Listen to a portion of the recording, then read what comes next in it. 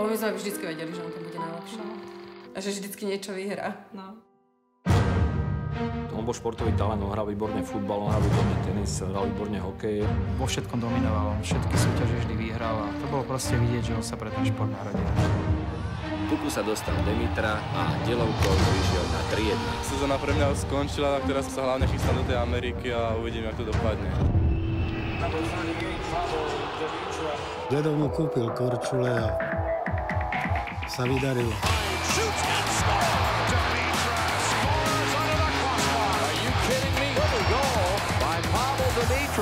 Demitra, hovorím, čo to je? Tak keď som našiel lepšie do štatistik, vidím slova, hovorím, wow. Pre mňa to bolo vlastne americký sen. Tá hokejová inteligencia u ňoho bola cítiť v každom jednom rozhodnutí. Jednoznačne Paolo bol náš najlepší hráč. Moja podmienka bola doviesť medailu. Som rád, že sa mi to podarilo. Paolo v šatni samozrejme patril k tým, ktorí mávali hlavné slovo. On bol taký náš líder. Vždycky vypadal dobre, zladený, na to si potrpel. Oh, this fashion? Terrible dresser. He was a terrible dresser.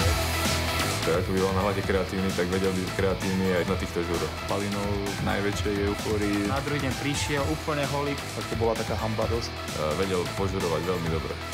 He's a funny guy. One of the most special guys in the world.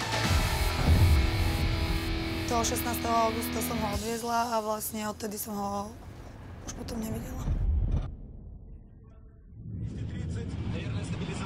Слетный! Слетный! Стабилизатор!